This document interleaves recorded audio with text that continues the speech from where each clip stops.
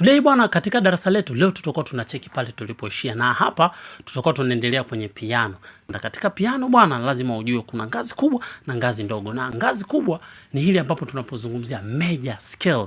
Ile major scale it means tunakuwa talking about ile ngazi kubwa. Lakini tukizungumzia minor scale, hapa we are talking about ngazi ndogo. Na hapa kwenye C, hichi kinachofuata kidole namba 2 weka kwenye D, kidole namba 3 weka kwenye E, namba 4 kwenye F, namba 5 kwenye G.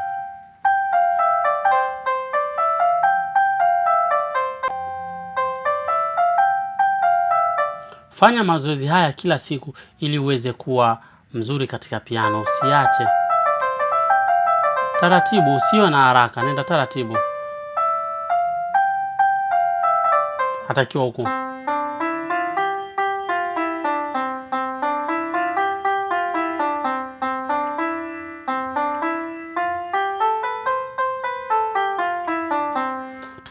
Tukipiga kidole cha kwanza, cha pili, cha tatu, kabla ya kuweka cha 4, gumba kinarudi kuwa cha 4 ili tuweze kupata hii ruti kufika kwenye hizi noti zikiwa zote 8. Do re mi fa sol la ti do. Yani sikiza kama ifuatavyo. Do re mi.